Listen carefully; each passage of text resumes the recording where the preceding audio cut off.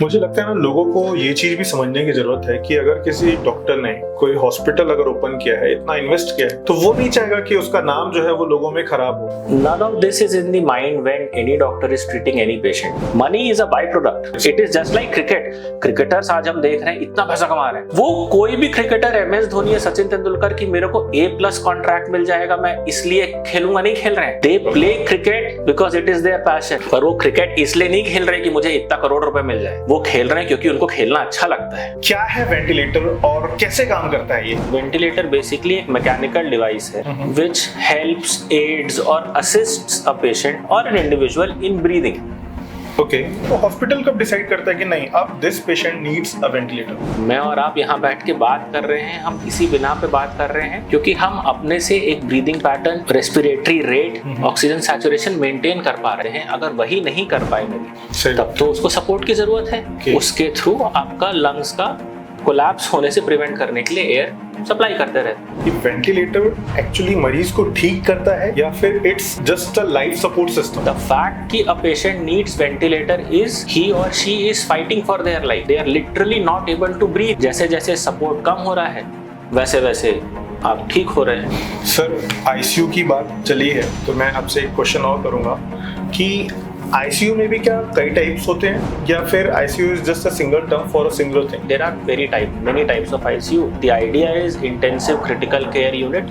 That is what an ICU is. एक बहुत important question है ये, जो लोगों में बहुत मिथ भी बोल सकता हूँ मैं, कंफ्यूजन भी बोल सकते हैं, परसेप्शन बोल सकता हूँ कि कोई भी हॉस्पिटल आईसीयू में किसी पेशेंट को इसलिए रख देता है कि उनका बिल बढ़ जाए।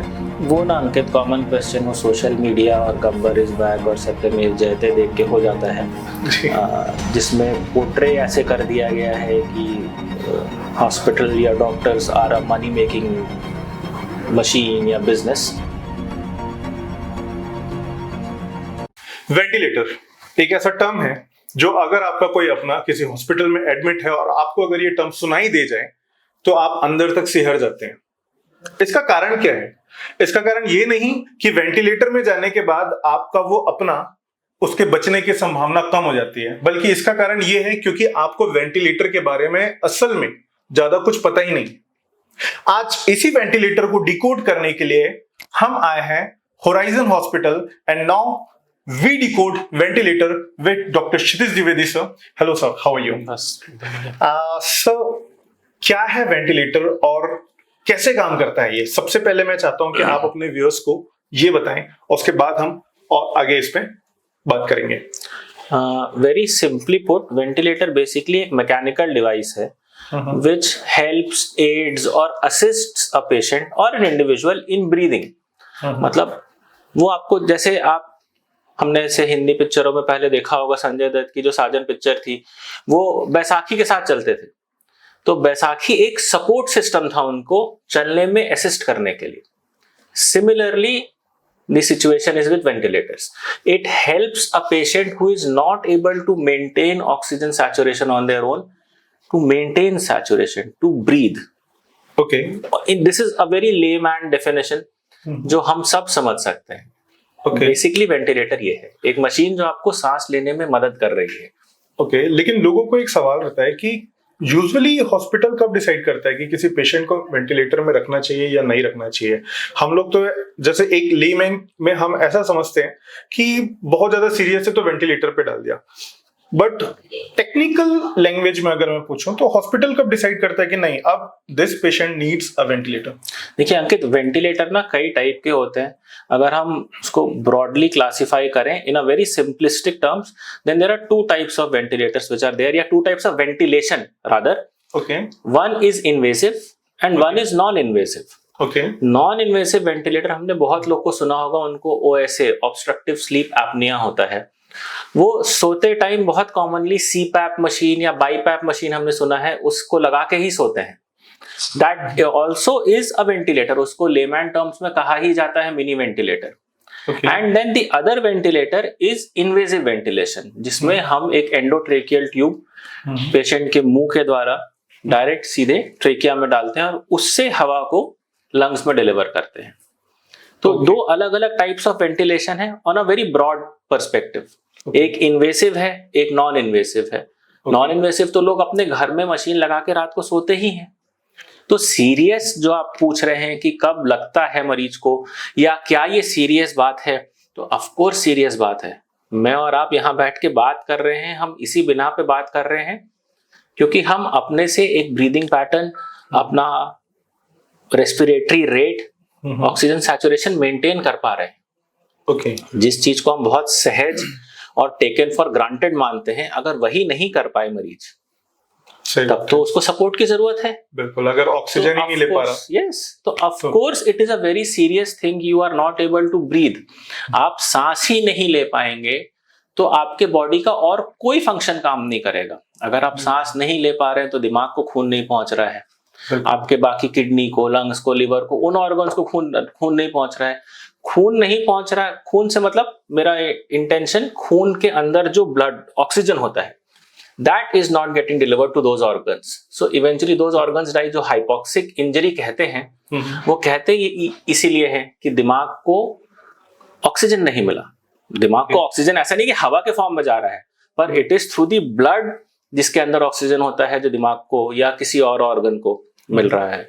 तो अगर आप ब्रीद नहीं कर पा रहे हैं, सांस नहीं ले पा रहे हैं, it is a very serious condition and it requires ventilation support. किस स्थिति में करना है, जैसे एक बहुत क्लासिक एग्जाम्पल है जो सब लोग जानते हैं, कोविड। जो कोविड पैंडेमिक हुआ उसमें बहुत लोग को वेंटिलेशन सपोर्ट की जरूरत पड़ती थी क्योंकि लंग्स फाइब्रोस हो जाती थी, लंग्स फूलती नहीं थी। तो आप सांस ही नहीं ले पा रहे हैं, सांस ले रहे हैं तो बाहर नहीं निकाल पा रहे, बाहर निकाल रहे हैं तो ले नहीं पा रहे हैं।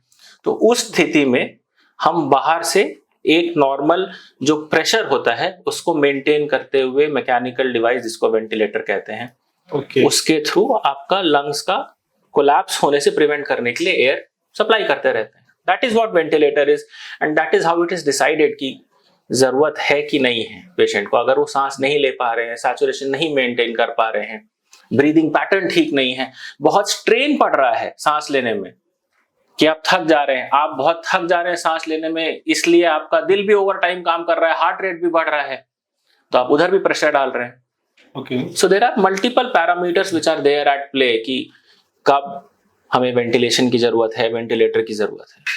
सर, जैसे लोगों को और थोड़ा सा ये कंफ्यूजन रहता है कि वेंटिलेटर एक्चुअली मरीज को ठीक करता है या फिर it's just a life support system, क्योंकि लोगों को कई बार ये लगता है कि नहीं वेंटिलेटर पे गया तो शायद वहां से बच भी जाए। तो क्या ये वाकई ऐसा होता है या फिर it's just a life support system ताकि पेशेंट को बचाया जा सके और उसके साथ साथ उसको ट्रीट किया जा सके? हैंड इन हैंड, जैसे आपने बोला कि it is a support system. Life रहेगी मैं तब तो सपोर्ट करूंगा या कोई भी डॉक्टर सपोर्ट करेगा।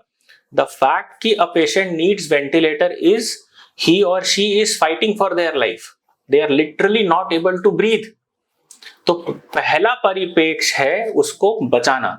बचाएंगे कैसे? हम सपोर्ट देके कि आपको बहुत स्ट्रेन हो रहा है, आपका शरीर सांस नहीं ले पा रहा है, सैचुरेशन नहीं मेंटेन कर पा रहा है, ब्लड में जो ऑक्सीजन है सही मात्रा में बाकी शरीर के अंगों तक नहीं पहुंच पा रहा है। उस स्थिति में हम वेंटिलेटर पे आपको पुट करते हैं और जैसे जैसे आपकी स्थिति इंप्रूव हो रही है वैसे वैसे वेंटिलेटर का सपोर्ट कम हो रहा है। इसका मतलब आप खुद से आपकी स्वयं से सांस लेने की क्षमता बढ़ रही है। तो automatically once the support is weaning off, you are improving. So it is a hand in hand type वाला सिचुएशन। जैसे जैसे सपोर्ट कम हो रहा है वैसे वैसे आप ठीक हो रहे हैं।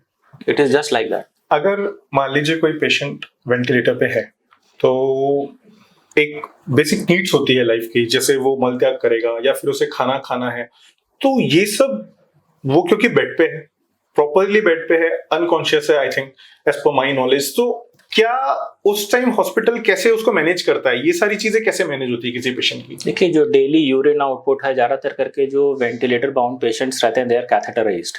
तो जो उनका पेशाब की नली में एक ट्यूब गई रहती है जिससे यूरिन कलेक्ट हो रहा होता है। जैसे आपने डिफिकेशन की बात की तो वो जैसा है उसके लिए तो इसीलिए अच्छे आईसीयू सेटअप्स की रिक्वायरमेंट है। वहां पे adequate nursing staff, ward boys, ward girls रहते हैं।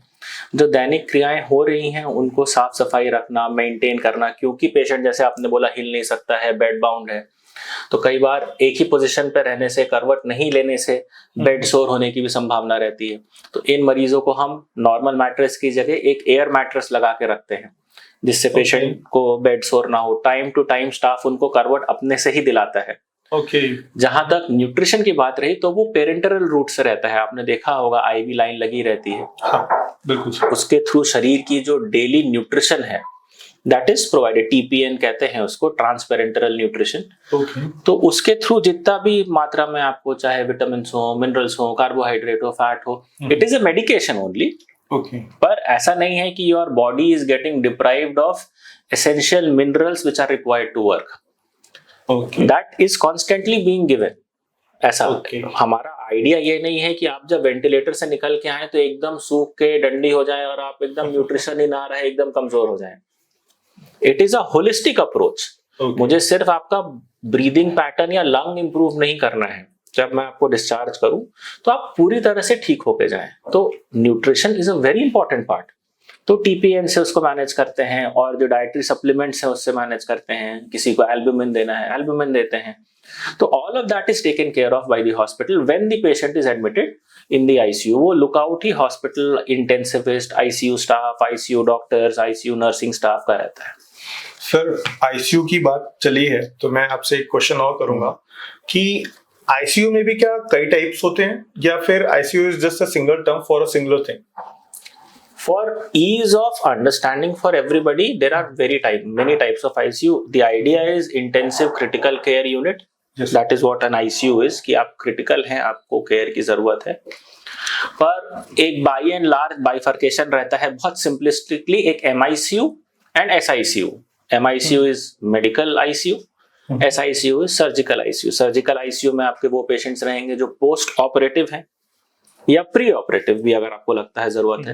And medical ICU is medically manage patient. जैसे फॉर एग्जांपल कोविड हुआ तो that is not a surgical disease, मतलब it is a disease which requires medical intervention. COPD हो गया, chronic obstructive pulmonary disorder कहते हैं उसको, उसमें भी पेशेंट मेडिकली मैनेज्ड है। किसी की किडनी ठीक नहीं है, उसको कंटिन्यूअस डायलिसिस लग रहा है, AKI है या CKD है, और कुछ और पैरामीटर्स हैं जिसमें उसको आईसीयू की जरूरत है, तो मेडिकल आईसीयू में हो गया।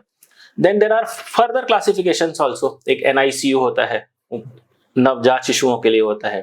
पीआईसीयू होता है, पीडियाट्रिक पेशेंट्स के लिए होता है। सीआईसीयू होता है, cardiac intensive critical care unit होता है। बर्न्स आईसीयू अलग होता है। सबके नॉर्म्स अलग हैं। जैसे बर्न्स आईसीयू में अलग से लैमेलर फ्लो और हेपा फिल्टर होना चाहिए, आइसोलेटेड इंडिविजुअल रूम्स होने चाहिए, केबिन्स होने चाहिए, ताकि आप क्रॉस इन्फेक्शन ना हो किसी और पेशेंट से आपको, या आपके डॉक्टर से, या आपके नर्सिंग से। तो एक हॉस्पिटल के एक ही सेटअप में इतने सारे आईसीयू होते हैं या फिर इट डिपेंड्स। अगर मल्टी स्पेशलिटी हॉस्पिटल है and it is catering to all the needs, then वहां पे एसआईसीयू भी है, एमआईसीयू भी है, सीआईसीयू भी है, एनआईसीयू भी है, पीआईसीयू भी है। कोई हॉस्पिटल बोल रहा है नहीं, हम पीडियाट्रिक्स में फॉर एग्जांपल हम डील नहीं कर रहे हैं। जैसे मैं अपने हॉराइजन की बात करूं तो एज ऑफ नाउ हमारे हॉराइजन में paediatric intensive critical care unit नहीं है। क्योंकि उसके वेंटिलेटर्स अलग होते हैं। उसका जो स्टाफ होता है उसकी ट्रेनिंग अलग होती है। ऐसा है।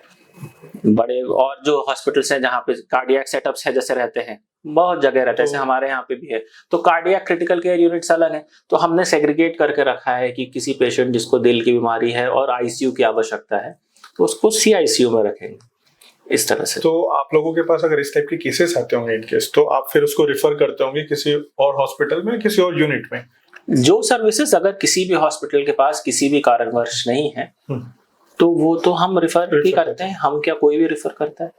Okay sir.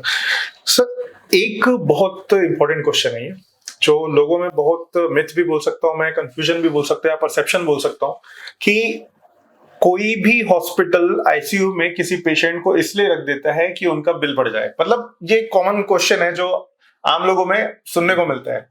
इसके बारे में आप क्या बोलेंगे? वो ना अंकित, कॉमन क्वेश्चन वो सोशल मीडिया और गब्बर इज बैक और सत्यमेव जयते देख के हो जाता है, जिसमें पोर्ट्रे ऐसे कर दिया गया है कि हॉस्पिटल या doctors are a money making machine या बिजनेस। जैसे मैंने आपसे पिछली बार आपके पॉडकास्ट में बात की थी, मैंने उस टाइम भी वही बात बताई थी कि for every doctor the idea और द बिगेस्ट फीस इज कि आप ठीक होके जाएं।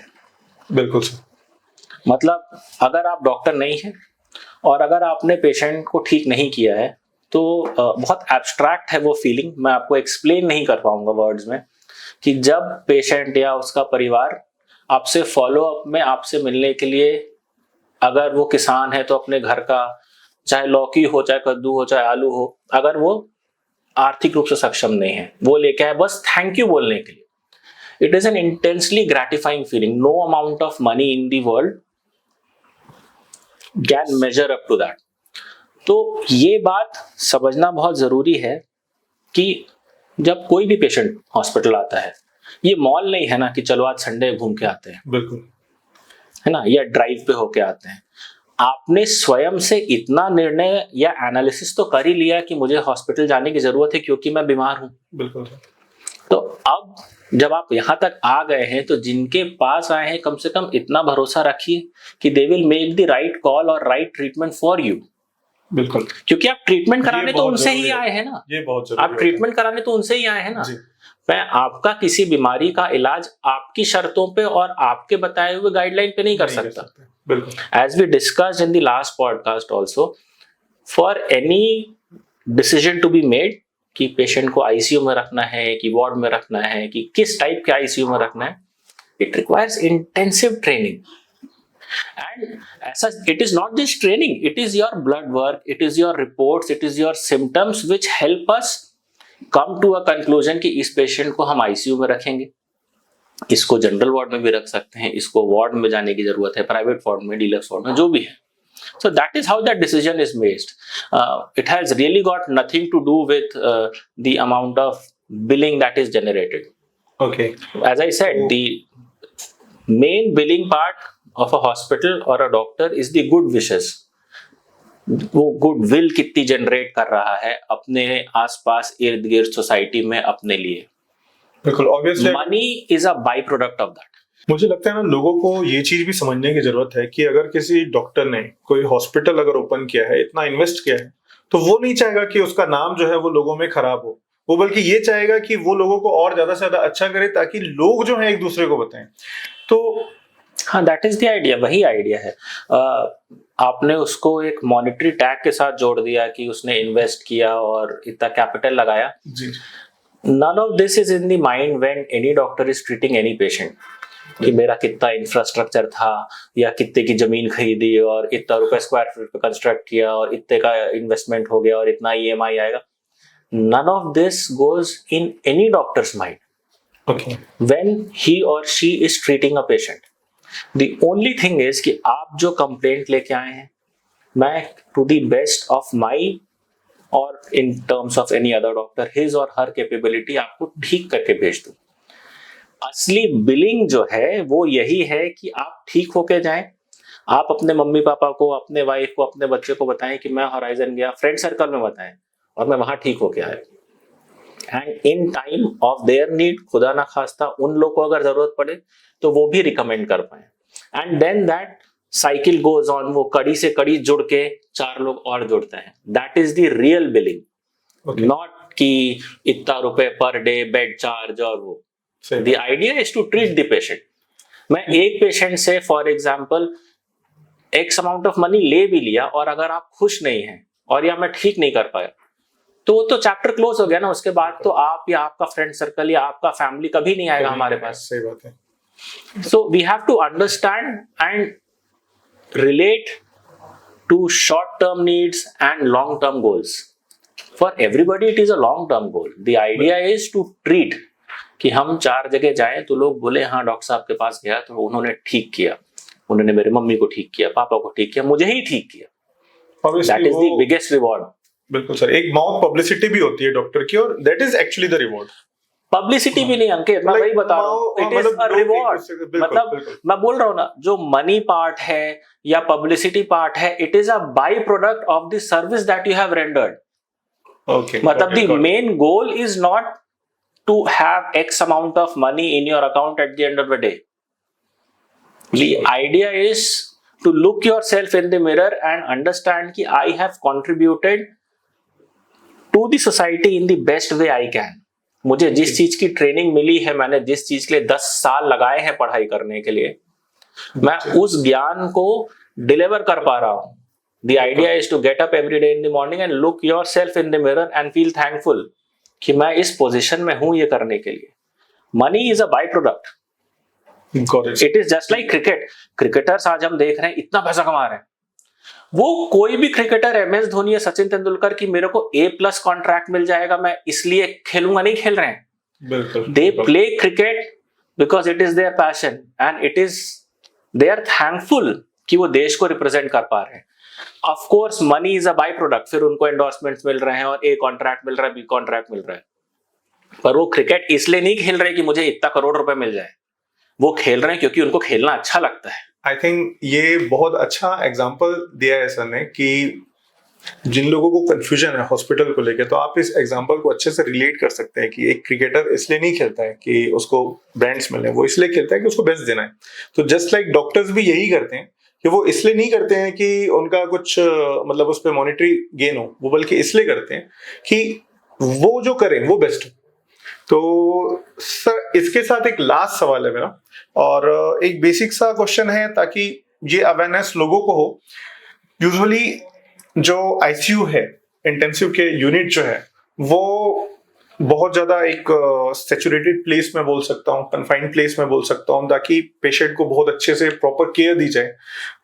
लेकिन वहां पे अगर उसका जो उसके परिजन होते हैं उनको क्या क्या चीजें देखनी चाहिए या फिर उन पॉइंट्स को रिमेम्बर करना, रिकॉग्नाइज करना चाहिए, रिमेम्बर करना चाहिए, सॉरी, तो वो क्या पॉइंट्स हैं जो कंसीडर करके वो ICU में एंटर करें ताकि दूसरे पेशेंट्स को भी प्रॉब्लम ना हो, हॉस्पिटल स्टाफ को प्रॉब्लम ना हो. तो उस पे थोड़ा सा light. I think you have answered your own question Ankit. मतलब आपके क्वेश्चन में ही आपका आंसर है कि बाकी पेशेंट्स भी हैं. हाँ. That is also one of the reason ICU is a closed confined space. At most places, if not all, ICU में एक limited visiting hours रहते हैं. ये समझना बहुत जरूरी है कि पेशेंट अगर ICU में है तो वो क्रिटिकल है, इसीलिए ICU में रखा है. अगर इतना क्रिटिकल नहीं होता तो वो घर पे होता. बिल्कुल. हमने ICU में रखा है, या हमने से मेरा मतलब किसी भी हॉस्पिटल ने अगर ICU में रखा है, that means he or she requires the hospitals or the treating doctors or the nurses undivided attention. So when you as a family attender आप जा रहे हैं मिलने के लिए, तो एक बहुत बड़ी बात है, ऐसे कई बार patients, not everybody who is in ICU is on ventilator. ये समझना बहुत जरूरी है. देखिए, हाँ, है ना, ICU में है इसका मतलब आप वेंटिलेटर पे, ऐसा नहीं है जी. पर क्योंकि आप ICU में है, वहां मॉनिटर ट्यूटू कर रहा है, तो मरीज के लिए भी ना मनोबल थोड़ा कमजोर हो जाता है. उसमें आप जब एज फैमिली मेंबर जा रहे हैं तो जो आप ध्यान रखने की बात है कि आप उस आधे घंटे, 15 मिनट, 20 मिनट जो भी विजिटिंग आवर है, उसमें you keep your self emotionally strong. कि एक पेशेंट जो ऑलरेडी दर्द में है, तकलीफ में है, परेशानी में है, ICU में है, उसमें आप भी जाके उनके सामने आंसू टपका लेंगे या रो के आ जाएंगे तो उसका मनोबल टूटता है. बिल्कुल बिल्कुल. मनोबल मेंटेन करना बहुत जरूरी है. उसके अलावा जो स्टैंडर्ड है वो तो सभी हॉस्पिटल्स के अलग अलग गाइडलाइंस रहते हैं. वो आपको बताएंगे कि मास्क पहन के जाना है, हेड कैप पहन के जाना है, OT वाला गाउन पहन के जाना है, नॉर्मल कपड़े नहीं पहन के जाने हैं, जाने के पहले हैंड वॉश कर रहा है. ये सब तो खैर नॉर्मल रूटीन है. इन माई एक्सपीरियंस मुझे तुरंत अभी यही बात याद आती है, समझ में आ रहा है जैसे आप पूछ रहे हैं, कि पेशेंट का मनोबल बनाए रखना भी घर परिवार वालों की भी उतनी ही रिस्पॉन्सिबिलिटी है, जिम्मेदारी है जितनी हॉस्पिटल की है. तो आप जब मिलने जा रहे हैं तो उस टाइम ना टूटें. मैं समझ रहा हूँ कि आप जा रहे हैं देखने, आप अपने लव्ड वन को मॉनिटर से कनेक्टेड और पीछे मॉनिटर टू कर रहा है और 4 दवाइयां नस से जा रही हैं, देख रहे हैं आप परेशान हैं. पर उस क्षण में अगर हम अपने आप को इमोशनली स्ट्रांग रख पाए तो मरीज को भी बहुत स्ट्रेंथ मिलती है कि मेरे घर वाले जो देखने आए, they are also very strong. नहीं, मैं ठीक होके जाऊंगा यहाँ से, बिल्कुल, मुझे मुझे कुछ नहीं हुआ है, मैं ठीक हो जाऊंगा. वो will power helps and it helps and how. तो नेक्स्ट टाइम अगर आप किसी ICU में जा रहे हैं, अगर आपका कोई अपना वहां पे एडमिट है, तो ये बात तो जरूर ध्यान दीजिएगा कि आपको इमोशनली स्ट्रांग रहना है. जितने आप स्ट्रांग होगे उतना ही वो भी स्ट्रांग होगा, और उससे उसकी रिकवरी मेरे हिसाब से, आई थिंक मैं सही हूँ, ज्यादा फास्ट होने की संभावना रहेगी. तो thank you sir, thank you so much. आपके जो इतने इन डेप्थ नॉलेज थे on this ventilator and ICU, बहुत सारे कंफ्यूजन हमारे यूजर्स के तो दूर हुए ही होंगे, और एक कई सारे मिथ भी होते हैं जो लोगों को पता होना चाहिए, हमें लगता है. नेक्स्ट सैटरडे हम फिर आएंगे एक नई टॉपिक पर, हॉस्पिटल के मैनेजमेंट से रिलेटेड. और मैं चाहता हूं कि आप लोगों के कुछ जो क्वेश्चंस हैं वो आप कमेंट जरूर करिए ताकि हम उनको भी डिकोड कर सकें हॉस्पिटल से रिलेटेड जो भी आपके क्वेश्चन है। तो thank you sir, have a nice day. Thank you. Raipur का हेल्थ कैपिटल हॉराइजन